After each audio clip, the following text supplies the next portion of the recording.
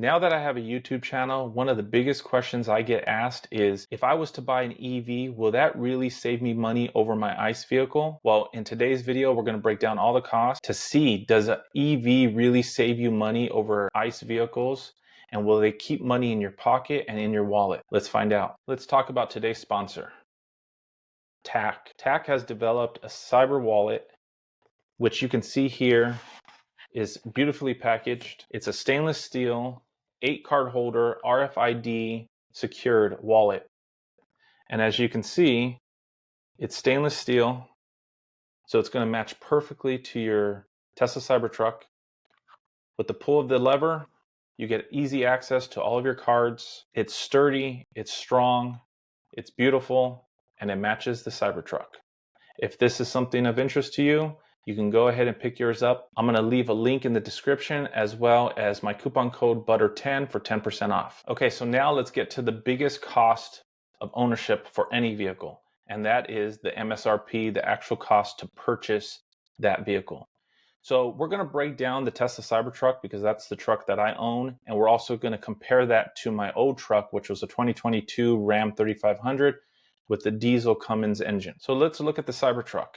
This is my Cybertruck on delivery day in its beautiful stainless steel, all of its glory. I've since wrapped it. The Cybertruck cost $99,990. That's what it's going to cost you for Foundation Series. We also are going to include the non-Foundation Series Cybertruck into this equation because I know that there's a lot of people that are waiting to buy the Cybertruck for that $20,000 reduction. As you can see here, it's $79,990. So that is something that we're going to use in our comparisons as well. So now let's look at the Ram 3500. So here is my 2022 Ram 3500 as the Cummins Diesel Engine. It has an 8-foot bed. It had a 4,300 plus payload capacity, over 20,000 pound towing capacity. It was a beast. Perfect truck. I used it for everything. I love that truck. But now let's look at the sticker price because I paid full MSRP because at the time I bought it, during the COVID, a little after COVID time, there was no deals on trucks. It was really hard to find a truck, and it is what it is. They charged me what they charged me, and I had to take it, and I needed the truck at the time, so I had to pay MSRP. The MSRP on the Ram was $74,505. So let's go ahead and take a look at the MSRP sticker prices for all the trucks that we're going to use in this comparison.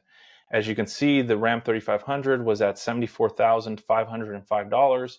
The Foundation Series Cybertruck all-wheel drive, which is the truck I own, was $99,990. The non-Foundation Series Cybertruck, which should be releasing at the end of the year, early next year, is $79,990, much closer to the Ram 3500 than the Foundation Series Cybertruck. So now let's go ahead and look at all the secondary costs for each truck, which is going to include insurance, fuel/energy costs, as well as maintenance for each vehicle. So as you can see here, my Tesla insurance premium for this Tesla Cybertruck and for 6 months is $1,709.74. For the 2022 Ram 3500, my State Farm premium was $1,561.58. So there's about a $150 difference in price between Tesla insurance for the Cybertruck and State Farm insurance for the Ram.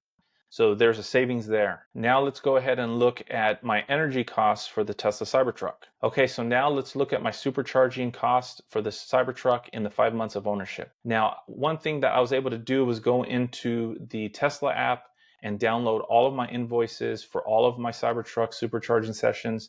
And I put them all here. I'm not going to go through every single one of them because I've already done the math and added them all up, but I just kind of wanted to show you how the energy costs differs from location to location and also at the time of the day.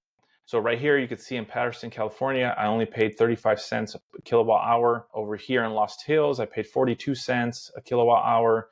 And in Chino Hills, 56 cents a kilowatt hour.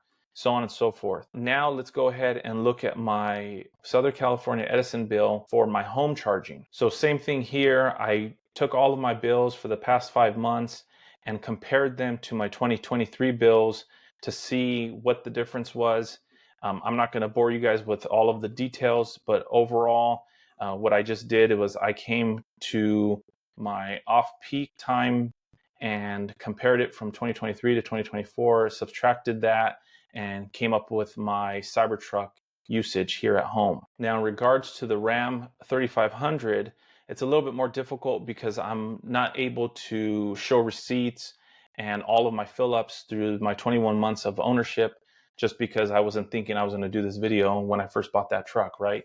But what I was able to do was, before I sold my Ram 3500, I had to take a picture of the dash when I was talking to different dealerships prior to going down to their location and just give them some information. Well, one of the pictures that I found shows my average MPG, which was 14.6 miles per gallon. What I was able to then do was get my total mileage for the full time of ownership, which is 29,175 miles, divide that by the 14.6. That gave me my estimated total gallons that I've used in the 21 months of ownership.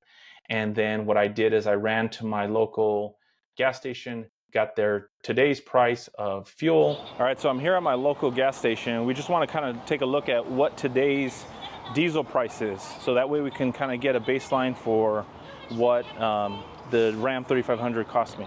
So today it costs $5.99. Now, obviously, I don't have the cost of every fill up that I ever had with the Ram, but we're going to go ahead and use this number as just kind of a baseline and to get a general idea of what it cost me. Lastly, I wanted to get into the maintenance costs. So the only maintenance I had to do on the Ram was 2 oil changes, which included fuel filters and cabin air filters and things of that nature. So I'm going to go ahead and show you guys the receipts for that. You can see here at one of my stops for an oil change at Valvoline, it cost me $454.63. Another time at my local dealership, it cost $780.05. So I went ahead and added that up, and that's going to give me my maintenance cost for the 21 months of ownership with my Ram. All right, so one of the huge benefits of owning the Cybertruck is the fact that other than tires, I never need to visit an auto shop for oil changes or any other maintenance. One of the great benefits of owning an EV is that you pretty much eliminate all of the maintenance costs. Because there's no engine, there's no oil changes, there's no fuel filters. You have to change your cabin filters from time to time, but it's not very often and they're not very expensive. Obviously, brakes and tires for both ICE and EVs, but EVs have shown that brakes last much longer than ICE vehicles because of the regenerative braking. And as long as you don't hit the accelerator pedal too often and really show off the torque, instant torque of the EV, your tires should last you a good amount of time as well. With the Cybertruck, I've had no maintenance costs whatsoever, and so that number is at 0. So now let's kind of break everything down. For the Ram 3500, my purchase price for that vehicle was $74,505. My insurance cost, when you break it down by the month, was $260.26. My fuel by the month was roughly $415.10, and my maintenance, when you break it down by the month, was $58.79. When you move over to my Tesla Cybertruck Foundation Series all-wheel drive, the cost was $99,990. Insurance is $284.96. My energy cost between Southern California Edison and supercharging comes out to $385.19 per month. And once again, there's no maintenance costs, so that's zeroed out.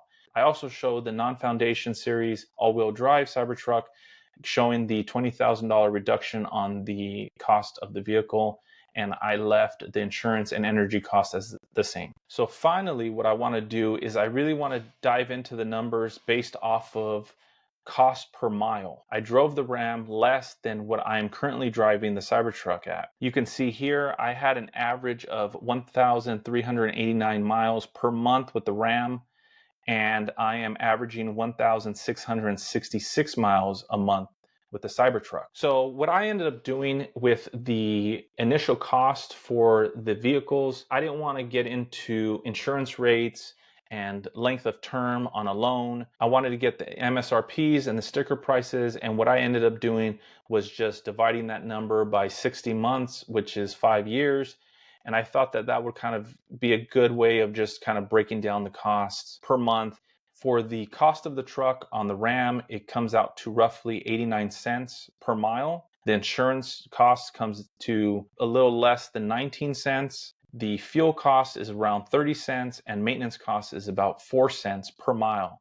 So that gives us a cost of $1.42 per mile for the Ram 3500. When you compare that to the Foundation Series all-wheel drive Cybertruck, the cost for the vehicle is at $1. The insurance cost is 17 cents. The energy cost is 23 cents.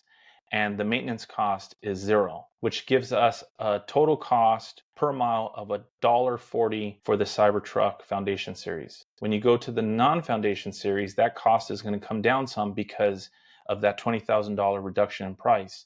Now it's 80 cents for the initial cost for the vehicle, 17 cents for insurance, 23 cents for energy, and 0 cost for the maintenance, which brings it down to $1.20 per mile for the non-Foundation Series Cybertruck. So as you can see, the cost of ownership for this Tesla Cybertruck is a little bit less than my Ram 3500 when you're talking and comparing the Foundation Series to the Ram. That cost comes down substantially when you're comparing the non-Foundation Series Cybertruck to the Ram. And so to answer the question for many people that ask, if I was to buy an EV, will that save me money over an ICE vehicle? And the answer is yes. And this is also showing low maintenance costs for the Ram, given the fact that I only owned it for 21 months. I'm sure I was going to have many more oil changes. I was going to probably run into some engine issues at some point in that ownership time. Brakes were going to have to get replaced at some point. Those are costs that the Cybertruck's really not going to see. So that savings is going to really increase over time. I just wanted to do this quick video to show you guys that yes, buying an EV will save you money, especially in the long term over an ICE vehicle. Thanks, guys.